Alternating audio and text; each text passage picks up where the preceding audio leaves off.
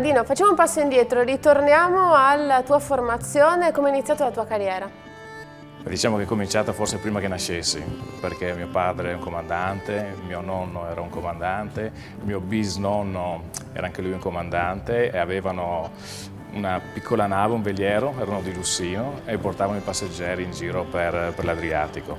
Per cui il mio primo imbarco è stato, penso, quando ancora mia madre seguiva mio padre sulle navi, per cui sarà stato così. Poi ho cominciato a navigare da giovane, 4-5 anni ho cominciato ad andare ogni estate con mio padre sulle navi da carico e ovviamente la formazione poi è partita per quella via, per cui ho fatto il nautico qui a Trieste, sono stato in Marina Militare e dopo la Marina Militare sono ritornato alla Marina Mercantile. La prima nave da crociera sulla quale sei salito come comandante, qual è stata? Il Sea Princess è stata una nave costruita qua a Trieste, per cui è stato anche un momento molto particolare, perché a suo tempo sono stato contattato da un dottore di Trieste, il quale padre, Sergio De Luc, era un comandante della Princess Cruises negli anni 60 e aveva comandato la prima nave che era la vecchia Sea Princess, insomma una storia proprio così, ed è stato comunque per me un momento unico perché avevo 37 anni e sono stato il più giovane comandante che mai ha preso una nave da crociera per la Princess, per cui insomma... Adesso invece qual è la tua nave che tra l'altro tra poco raggiungerai di nuovo? Sì, fra molto poco.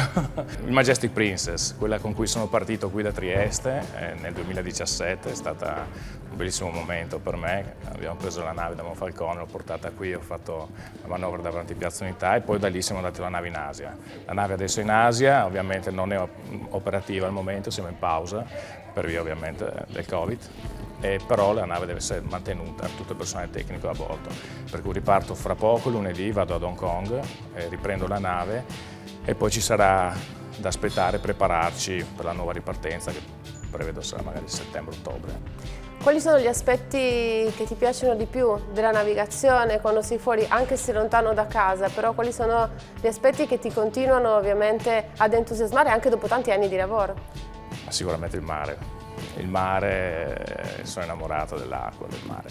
Però il fatto che sulle navi da crociera ovviamente c'è tutta una situazione che non hai quando sei una barca a vela, mi piace andare a vela da solo anche, però quando sei con una nave da crociera conosci la gente e poi io dico sempre, io ho un lavoro bellissimo perché io faccio felice la gente e per cui quando poi alla fine della crociera vedi i passeggeri che ti scrivono lettere, che è stata la vacanza più bella della loro vita, perché io magari lo do da scontato, facciamo la stessa rotta, Caraibi o Australia o Asia ogni settimana, no? Invece per certa gente magari è il sogno di una vita e magari farglielo rivivere, fargli vivere questo sogno e poi alla fine ti scrivono queste lettere, ti stringono la mano, li fai diventare felici, è un'energia positiva per cui questa è una bellissima parte del mio lavoro.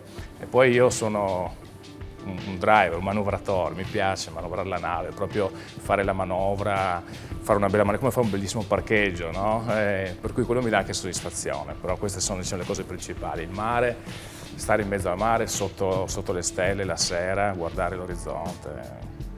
Indescrivibile. Sei sempre in giro per il mondo da anni, ma la tua Trieste è sempre nel cuore, lo racconti anche sui social e tutti i triestini poi ti rispondono anche con grande affetto. Trieste è sempre il tuo punto base, il tuo punto fermo. Trieste è Trieste, come per tutti i triestini, non ce n'è un'altra uguale in tutto il mondo. E i triestini in giro per il mondo sono tanti, sono partiti tanti anni fa, certi più recentemente, e mi contattano sempre. Poi sono stato parecchio in Australia negli ultimi anni, c'è una grandissima, come si sa, negli anni 50 sono partiti tantissimi triestini da Trieste. C'è una grandissima cultura, sono molto vicini, più di quanto magari lo siamo noi qua ogni tanto, proprio Giuliani, Stalabarda e poi ovviamente insomma quando torno a casa qua, famiglia, gli amici, Piazza Unità. Infatti quando rientro di solito, rientro dall'aeroporto, faccio sempre la strada per andare a casa mia, io abito verso Servola, per andare a casa mia faccio sempre passo davanti Piazza Unità e la saluto al rientro. Senti, che suggerimento, che consigli daresti ai tanti ragazzi a Trieste che guardano al mare anche con un futuro lavorativo e magari proprio anche al tuo settore rivedendoti da giovane? Che consigli daresti ai giovani triestini? Seguire i propri sogni e non aver paura a fare sacrifici e non aver paura a sbagliare. Però sacrifici soprattutto, tante volte la pigrizia oppure magari la paura di dover partire verso non si sa, ricordo ancora adesso quando ho preso il primo volo e sono partito verso l'America, avevo 18 anni, non parlando bene l'inglese. Questo sicuramente è una cosa che tutti, non solo i triestini, diciamo, i ragazzi giovani, l'inglese, se uno vuole andare in giro per il mondo, come tu sai benissimo, è di base.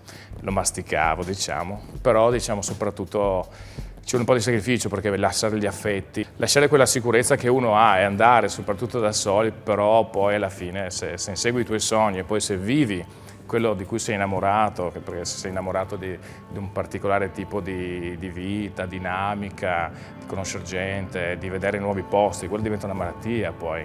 Ogni volta che vedi un nuovo posto ne vuoi vedere un altro, cioè viaggiare così. Per cui se uno piace viaggiare, sì, questo sicuramente. Non aver paura di sacrificarsi un po' all'inizio, lavorare duro ovviamente, perché per raggiungere un obiettivo e ponersi degli obiettivi, magari non fra 20 anni, anche fra 2, fra 3, e lottare per raggiungerli.